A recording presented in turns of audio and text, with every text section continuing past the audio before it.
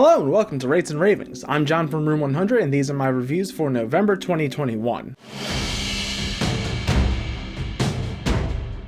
What If is Marvel's first fully animated entry into the MCU based on the popular comic book line. It basically just dives into glorified AU fanfiction. Initially, I was really excited for this project. I liked the art style, though it obviously paled in comparison to Spider-Verse, and from the start there were a few things I was iffy on. Some of the ideas were kind of uninventive. It was just like, what if this person was this hero instead? The through line of all these stories, though, and the one main thing I was always really excited for, is Jeffrey Wright as the Watcher, who I thought did a fantastic job. But on the whole, What If was a fairly mixed bag and ranged pretty drastically in quality from episode to episode. Starting with the first episode, Captain Carter was bad, like really bad, like probably the worst episode of anything MCU has done so far. This was an extremely weak start to the show with a fairly simple core concept just to introduce the idea of the whole show to the general audience, I guess. Like, it's a simple enough concept of what if Peggy got the serum instead of Steve. It's a decent jumping off point. But almost every aspect of this episode was really weak. The pacing was terrible. I would have to assume that if you haven't actually seen the movie, this made absolutely no sense. It tried to go for like a comic booky montagey kind of retelling of the first Captain America, and I just feel like you'd be completely lost if you hadn't seen that movie. The writing wasn't all that good, and there's some really sketchy voice acting here. Like, everyone has already clowned on Sebastian Stan, but like, come on, man. Who are you supposed to be? Queen of England? Though some people did a decent job, like Haley Atwell did pretty good, and the replacement Steve Rogers, I'm not sure what the actor's name is, but he was great. Like, of all of the kind of replacement actors, he was probably the strongest for me. It just didn't work for me at all and really made me question how good this series was going to be going forward, and kind of like wonder why they put these people in charge. Like, I think it's the director or someone at the helm of all this had really not done anything like this before and had just been a storyboard artist, and it really showed in this episode. There was such a lack of strong direction and understanding what this needed to be, so I was very hesitant going into episode 2. But it was night and day because Star-Lord T'Challa was excellent. I think by far the best episode of the show. This one should have been first. It's the same core concept of what if this hero was this hero instead, but it was so much better. This absolutely should have replaced Captain Carter. Instead of this being a blank cliff notes of events, this felt more like its own thing. It starts with the same jumping off point, but then it dives deeper into the characters in these different roles and how the entire universe changes because of these alterations and the way these characters act. It was great seeing the Guardians and these various space characters in this different context. Thanos showing up was amazing. I thought that was hilarious. Definitely pokes fun at his whole plan and the way the fans have been doing since the movie came out. My only real complaint is that it plays a little too much into the this person is awesome trope that Marvel does when it introduces like a really cool character that we're supposed to like. They did it with T'Challa originally, they did it with Captain Marvel. It's always just like other characters constantly praising them in a really weird way that I think is supposed to like bolster our feelings towards them as an audience, but it never really lands the way they want it to. But for T'Challa, I don't really mind that, and Chadwick Boseman's performance is great. It was so nice to hear him again, and of all of the normal actors playing their characters in this animated form, I think he was one of the best. He held it up really well. Moving on to episode 3 with Evil Assassinate Man, I liked this episode. It was fairly middling for me on the whole, though. It's a fun mystery kind of story, and I think this is a really strong place to make one of these alternate universe stories. Like, this week is so eventful, so any changes in there just changes the whole trajectory of the MCU, so it was a really good choice. This also really helped sell me on the Tony Stark voice actor that they had. Like, at first, especially during promo and like trailers and stuff, I really was not buying into it at all, but I think he did a really good job. There's just a lot of voice acting in this show that I don't know if it's good or not. Like, the Black Widow replacement is definitely doing a good job, but is making no attempt to really sound like Scarlett Johansson's Black Widow. It's more of like this own unique interpretation of the character, which I assume is partially because of the whole falling out. Whereas some returning actors like Tom Hiddleston as Loki, like, he sounds good, but I just can't tell if he's actually giving a good performance or that's just like a good voice that he's doing. Regardless, I liked it on the whole. I figured it out fairly quickly. I did like that they kind of retconned and showed this version of Incredible Hulk with the Hulk that we know. That was a nice touch. And it's cool to actually see Hank Pym as Ant-Man and being just the total asshole that he's known to be in the comics. Overall, middling. Then we got Evil Doctor Strange, and this one seems to be a lot of people's favorites, and I enjoyed it, but even when it came out, it was only my second favorite after the T'Challa episode. This one's a much darker, more tragic tone than most of the other episodes, and I really liked it. I think it dragged in certain parts, but the ending was very good. I really wish they kept it that way. Cumberbatch's voice was another returning actor that I found a little distracting, but I really liked the creepy Lovecrafty stuff. They got to play with the animation a lot more, which was cool, and I liked that throughout the series you start to see the Watcher get closer and closer and start to play more of a role in the show, get noticed by the characters. I think it was a great visual touch the way they had him continue to get closer and more defined. This one, as most people have said, feels the most Twilight Zone-y in the series, and I really enjoyed it. I wish they had kept it that way and just kept the general vibe and making things feel like final, like a finished story that you're learning about. Him being trapped in there and having this tragic kind of end is just a very good way to close off the episode. I wish they had kept everything separate. Then we had the Zombies episode, probably the most famous what if storyline that there's ever been. And this is on the good side of episodes for sure. I don't know how far it goes up. There are some goofy moments. It's a really fun team composition. You get to see these kind of dynamics and interactions that we usually don't get to see. I really liked how they handled Spidey in this. But for one, I would have liked to see more of this as it's such an important what if story. I'm not sure if I want the whole series that they're apparently planning on now. I have no idea when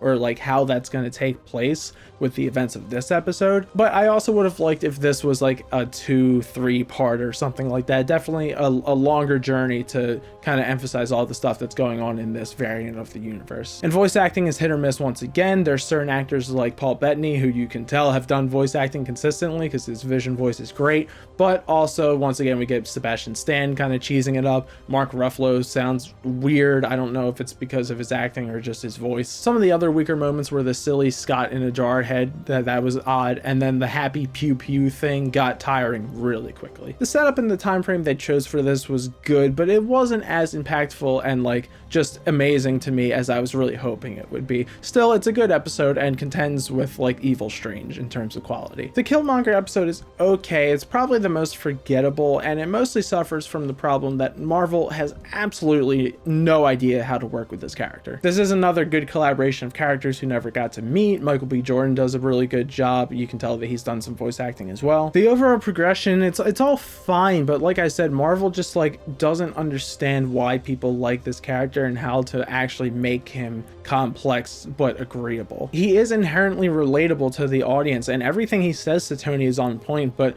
Marvel has no idea how to make him a darker, more conflicted character without simplifying everything down to killing is bad, as if that action alone discredits the entire point of his character and his motivations. Like the other Avengers aren't going around killing a bunch of people. Also, skipping ahead a little bit, I also think it really sucks when he turns evil at the end of the series. It's like, I don't buy that. I don't think that this is what he would want, and to frame him as evil as a literal Nazi, it feels very tone deaf for me and really makes it feel like they have no idea what exactly to do with this character. It's kind of a shame we didn't get to see other aspects of this universe as well, like what Wakanda would really be like if Killmonger got to go through with his whole plan. That's kind of what I was hoping to see from the T'Challa Star-Lord episode. But whatever, either way, it's okay. It's another very middling episode. On to Party Thor. Not going to talk about this much. It's okay. It's whatever. It's very goofy. There's some funny moments, but it doesn't really do much for me. Also, oh boy, I hope they let me like Captain Marvel at some point. Like, I truly have nothing against this character, but they have not made her interesting to me in any way whatsoever. I just really hope they give her a little bit more of a unique hero personality, or just like something to cling on to. Maybe once there's other characters getting introduced in the Marvels, maybe that will help. Overall, extremely inconsequential episode. And for the Ultron double episode finale, it was fine, but it wasn't really what I wanted out of this show. Really stupid that they cut the Tony and Gamora episode and still had Gamora play such a big role. It was very, very strange. Like, I don't know if something just happened during production or whatever, but they should have just edited around that or put out the episode or something. It was just, I didn't like that choice at all. Starting the second to last episode with Black Widow and Hawkeye was pretty fun. I liked how they were interacting with the universe. This version of Black Widow is actually really cool, but all the stuff with Ultron, just I I don't like it. It didn't work for me. His voice is pretty bad. Like, I don't think it's necessarily the voice actor's fault at all. Maybe it's just partially, again, the direction of everything. But, like, he didn't sound enough like Ultron, which was distracting, but he also didn't sound like his own thing as well. So he was just in this really weird middle ground with a kind of wimpy voice for this character. The big DBZ fight between him and the Watcher was fun, fine. And then bringing together the Guardians of the Multiverse, like I said before, I really would have preferred they just kept everything separate. I was very underwhelmed with the final result of all of this. They clearly had no consistency with power levels or anything like that. Like, Marvel's already all over the place with that kind of thing, but like, Ultron just completely ices Thanos with most of the Infinity Stones in one hit, and then he's just getting knocked around by the heroes because the story feels like they need to win. Like, I get why it's done from a narrative perspective, but overall I found it very weak. I think a major problem in the whole process in the making of this show reveals itself in the behind the scenes when they're talking about how they can make the animation feel more cinematic, the way that certain cameras and lenses would work, and how that affects this kind of animated world, when I don't think trying to find the middle ground between animation and live action cinema is the smartest choice for the show whatsoever. Each medium has its own advantages and does things really well, but when you try to mesh that, it tonally kind of clashes. They did work their overall vision into some cool moments for this show, and there's certain moments where the animation does get to speak for itself, but like I said at the very beginning, in terms of the way that Spider-Verse used animation so artistically and creatively, this pales in comparison. And moreover, Spider-Verse couldn't be done in live action and tell the same story with the same expression. Whereas because they tried to find a middle ground with this, it doesn't feel as grounded and realistic as live action, and we don't get those actors that we've come to love, but we also don't get that expressiveness and the creativity and the kind of flexibility that animation allows. I'll watch more of the show in the future, but I'm definitely going in with much lower expectations after this, and I would give What If Season 1 a 6.5 out of 10. On to the next Marvel project, we have Shang-Chi and the Legend of the Ten Rings. This is another recent entry into the MCU that I sadly missed out on in theaters. By the time I was cool with going back to one, it was already close enough to the release on Disney Plus that I felt like I would just wait it out despite wanting to support this in theaters. It takes place in ostensibly the present day of the MCU, focusing on Sean, aka Shang-Chi. I'm gonna try my best to pronounce that as best I can, but I am a moron from Philly and I've said Shang-Chi up until watching the movie. I think the movie does a very good job at making you understand how it's pronounced and specifically giving him the name Sean. It's a very easy correlation over to Shang-Chi. But like I said, I'm from Philly. I still say certain words like asshole weird. So, you know. The core of the story is he has these magical warrior kind of parents. His dad found the 10 rings, which give him basically eternal life and these super strong superpowers in fighting. While his mom is an actual magical being that the dad stumbled upon in a maze in the woods one day. After the death of his mom, Shang-Chi is raised as an assassin and a killer by his dad. While he's in America, he goes to just live his own life. Years later, his dad is back in the picture trying to get these necklaces from him and his sister,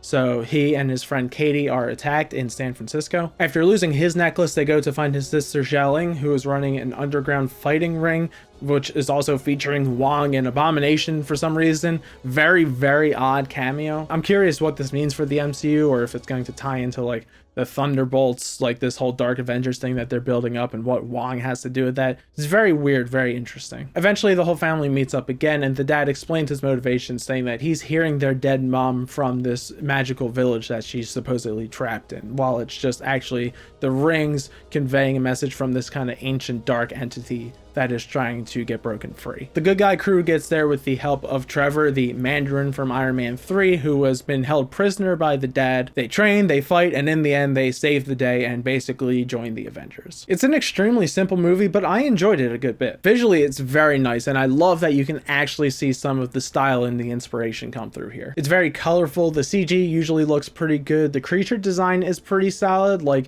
you can tell that they're CG, but they don't distract or take away from the overall look of the movie. And I really like how the rings work and how they're animated. Like when you punch and jump off the ground, then they kind of slinky back to you. It's pretty cool. The pacing is very tight and non-stop. The flashbacks are weaved in at very good points in the movie, and there was no dumb subplots or side stories that we had to worry about. The action is super cool as well. This is the main thing I've heard praised about the movie, and I think it's well earned. There's just tons of moments that made me go, hell yeah, of just super smooth movement. It was really cool and enjoyable to watch. The final fight was a little less interesting, but the first two major super kung fu kind of action scenes were great. The dialogue was pretty decent as well. On the whole, this just kind of feels a little less aggressively like a Marvel movie. It definitely was able to do its own thing and is charming because of that. The characters are good, but they're probably the weakest link of the movie for me. Shang-Chi is super likable and feels extremely natural to me, but as much as I like him as a person in the MCU, I'm not super crazy about him as a hero yet. He doesn't compel me as much as others do. I hope we get to see more of him. He feels just a little bland in his own movie in the same way that Black Panther did. I also wish his powers were a little more explained and elaborated on. You just kind of have to take at face value that he has these wind powers and now has the rings and stuff along with his normal training, and he's kind of superhuman because of his magical origins. Like, there's a lot going on that isn't explained at all, and I don't need a whole scientific midi-chlorian style breakdown of how he does what he does, but like some explanation. Awkwafina's Katie was way better than I expected. I thought she played the character really well, again really naturally. It was very likable. Xia Ling is a really cool character. I can't wait to see more of her and what she does with the 10 rings. The dad was a pretty compelling character and villain. You understood why he was doing what he was doing, and him breaking the wall and not seeing the evil being unleashed above him felt good in a kind of storybook way. Other than that, everyone in the movie is serviceable. I don't really like Trevor in this movie, but I get why he's there. And finally, the end credits scene is certainly interesting, especially with whatever happened to Banner. I assume that's going to get elaborated on in She-Hulk, and then some of the mystery about the rings and all that. I would have to imagine some of that was talked about at Eternals. I have not seen that yet. But on the whole, it's a very pleasant movie, a very easy just sit down and watch through the whole thing. I enjoyed it a lot, but it's not incredibly memorable, and I am still waiting for Shang-Chi to click in my mind as a hero in this universe. I would give it a 7 out of 10, and here's where it ranks for me in the grand scale of the MCU. Next, I want to talk about Squid Game, the hit new Netflix series from South Korean creator Hwang Dong-hyuk. Again, right off the bat, I am so sorry if I mispronounce any of these names. I'm an idiot. The plot is there's 456 contestants who are in super deep debt, just lives crumbling around them until they compete in deadly children's games run by a shadowy organization that has been doing this for some time and offer a huge cash reward. The main characters we care about are Gi-hoon, a failing father with a gambling addiction, Sung-woo, a former friend of his who has gotten deep into trouble with the authorities over some failed investments and stealing from clients, and Sae-byuk, a North Korean defector who is trying to win to permanently adopt her younger brother and get her family back together. There's some other characters like Il-nam, the elderly player 1, Sung-tae, the scary gangster man, Ali, the likable young Pakistani man, Min-yo as Jun-ho, a detective undercover trying to figure out what's going on here, and the people in charge like the front man. Honestly, besides the premise, I don't think there's a ton to talk about in terms of specific plot developments without watching the show, but it's great. You're never quite sure what's going to happen or who's going to make it through, so I'm not going to go too heavily into spoilers here or talk about the major twists of the show. Here's what I'll say generally. The show starts really strong, the middle end falters a little bit, and the ending is good. From what I can tell through the language barrier, there's some pretty good acting going on, and there's some really compelling characters that you care about and you're anxious about because you want them to survive. But fair warning, this is a bleak and dark show. Like, basically everyone I talked to had to stop at a couple key points of the show and just like take a breather because it gets really dark and depressing, but it conveys its message well because of that. There are some good directorial choices in terms of camera work and interesting score and fun little details in the background and designs of the sets that were really nice. As for the negatives, the side plot of the black market organ trading that was going on was really confusing. I just don't understand how that started up at all. The group of international investors was a total cheese fest. There were some bad lines in acting and delivery here. It was extremely stereotypical of like this rich elite that is, you know, sick and controlling everything from behind the scenes, as seen in a lot of other movies, even if it's probably completely true. The time skip at the end is really weird. It makes you wonder if these characters were just sitting completely static for this entire time. Like, nothing changes and the actions that were asked of certain characters weren't performed over all this time. It's just very odd. And the whole thing with the detective and the reveal with the organization was just very confusing to me. I didn't really understand the point of it. It definitely lost its impact because it was kind of shoddily done, and I just had no idea what they expected from this. These were minor enough setbacks though, as I did enjoy watching the entire show. I liked how things concluded, and I liked that the winner ultimately sees the bigger problems that are going on, sees that this is still going on after they win, and chooses to put their personal wants aside in favor of stopping this once and for all. While I do enjoy the show on a surface level, much like Midnight Mass, the main thing I really liked about the show is that it chooses a theme and a metaphor and runs with it perfectly. Not that it's entirely new. There's things like Battle Royale and Hunger Games that talk about society through this same lens. It's all one big metaphor for capitalism. All these people devote their lives to something that tells them they can make a lot of money. Some people are in it with generally good intentions, and some just want the money. But in the eyes of the system in charge, they're all the same. They're all just numbers. Some try to cheat the system and are momentarily successful, but in the end, if you really want to get on top, you have to follow the rules of the system, along with just being insanely lucky. Everyone thinks that they can be the one. Everyone thinks they can be the winner, that they're the smartest, that all these people are morons, and that they're doing something that other people aren't to get ahead, and that's what makes them special. When in the end, this doesn't benefit any of them. This is exclusively for the benefit of the people in charge. Everything is stacked against the players, and even within the system, there's a power dynamic. The lower positions in this organization are just grunts with absolutely no say or control over anything. They're nearly as meaningless as the players. At the end of the day, it's the people in charge who are sitting safely on the sidelines watching all of this happen, while people fight and kill in favor of a prize that means absolutely nothing. It's just a drop in the well of the exorbitant wealth that these people clearly have. It's more relevant now than ever with the brain disease of grind culture that all these like finance bros have. It's just a super accurate reflection of being any kind of employee, with higher ups who don't care if you live or die, and who use money and mind games to trick people into choosing this as life passes them by, instead of unifying and confronting the true evil at play. I really enjoyed this series. Like I said, it gets very heavy, but I think it's well worth the watch. I do think that over time it will ultimately go down in my rankings for me. It probably just had a stronger effect on me at this time right now, and I do think it's a little less deep and well crafted than I might be giving it credit for, but for now I'm giving Squid Game an 8 out of 10. God damn, this game is good. Mario Party Superstars is a brand new Mario Party that uses boards from the first 3 games on the N64 and 100 minigames throughout the series, and it's awesome. It's a bit hard to talk about this game in any kind of comprehensive way without diving into every minigame, which no, it's a classic experience of playing Mario Party. If you know, you know. The selection of minigames is great though, with some of my all-time favorites like Book, Squirm, Dungeon Duo, Sneak and Snore, surely many others that I don't remember in the moment, but when it comes up in the game I go, oh right, this is incredible. As for the board, Heartland is very solid, though the day-night mechanic can lead to some annoyances where stuff is only available a quarter of the time you're playing the game. Woody Woods is pretty good, a little more basic, and I got a ludicrous amount of stars there. Yoshi's Tropical Island I haven't actually gotten to play yet. I've only gotten to play a handful of times, but I've heard it's pretty good. Peach's Birthday Cake is fine, but a little weaker with the fixed location, the emphasis on the piranha plants. And Spaceland is another very solid board, but it can be easy to get stuck to one section of the stage for way too long. My favorite is probably either Horror or Space. All in all though, these boards are miles above Super Mario Party, and that's kind of what this game truly is, a proper Mario Party for the Switch. There's elements of Super that I like and missed, like the roster and the special blocks for each of them, and certain mini games that used motion really well, like Sizzling Steaks, but it had a lot of problems and lacked the magic that other entries in the series have. Superstars is no nonsense classic gameplay,